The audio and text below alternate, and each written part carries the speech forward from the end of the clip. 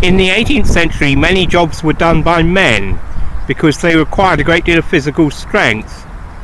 Married women didn't usually work outside the home because they wouldn't have time.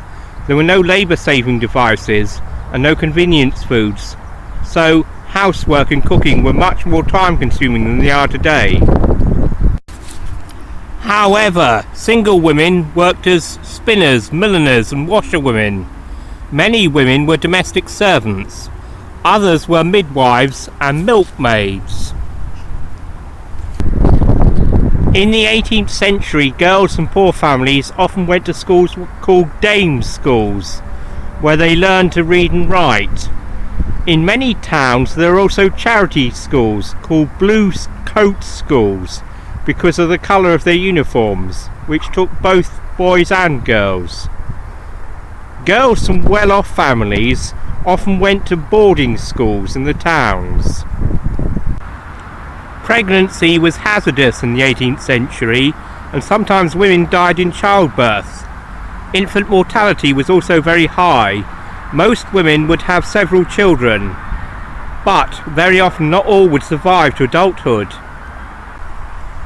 Well-off women enjoyed reading and playing musical instruments. They also enjoyed going to the theatre and dancing. In the 18th century, pale skin was fashionable. Well-off women wore rouge. Fashionable ladies carried fans. However, women in the 18th century didn't normally wear underwear. A famous English woman of the 18th century was Catherine Macaulay.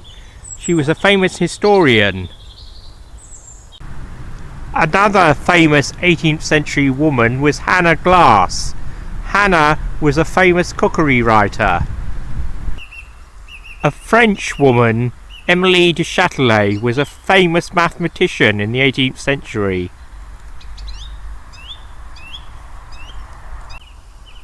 Caroline Herschel was a famous woman astronomer. Mary Wollstonecraft is famous for her book A Vindication of the Rights of Women, published in 1792. No mention of great women in the 18th century would be complete without Catherine the Great, Empress of Russia from 1762 to 1796. She was a strong ruler who put down a rebellion and enlarged her country's territory. Well, thanks for watching.